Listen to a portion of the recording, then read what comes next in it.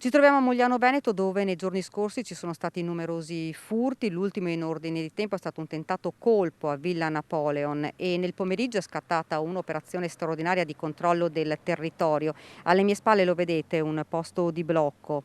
Qui invece in mia compagnia il tenente colonnello Piscitello, comandante del nucleo informativo dei Carabinieri di Treviso. Un controllo straordinario per garantire la sicurezza dei cittadini. Sì, è in atto un servizio coordinato a largo raggio su tutta la provincia con l'impiego di oltre 50 pattuglie e circa un centinaio di carabinieri. Ecco, un'attività che è finalizzata a cosa? Il servizio è finalizzato principalmente alla prevenzione e repressione dei raid predatori nelle abitazioni, al controllo della circolazione stradale con un particolare riguardo alle guide in stato di ebbrezza alcolica o da stupefacenti e alla prevenzione di episodi di microcriminalità diffusa. E dunque, oltre a questi controlli che sono di routine, anche i controlli, per verificare le normative, Covid.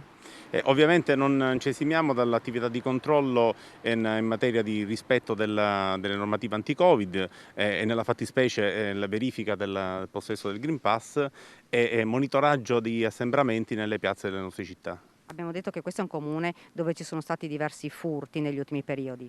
Eh beh sì, è stato teatro di parecchi furti e tentativi di intrusione in case e ville e infatti siamo presenti diciamo, in maniera preponderante su questo comune con l'impiego anche di una pattuglia della squadra di intervento operativo del quarto battaglione di Mestre per realizzare una sempre più incisiva prossimità alla popolazione e di conseguenza in generale o rafforzare quel senso di sicurezza percepita. Insomma, ne abbiamo parlato più volte con i carabinieri. Quali sono i consigli che date ai cittadini? Beh, noi raccomandiamo sempre di mantenere alto il livello dell'attenzione e in particolare le difese passive delle proprie abitazioni, ma con semplici accorgimenti, quali possono essere evitare di lasciare porte e finestre aperte, per le persone anziane che abitano da sole, evitare di aprire a degli sconosciuti che si presentano con qualsiasi espediente per poterli truffare, insomma, per poter approfittare del fatto che sono persone particolarmente vulnerabili.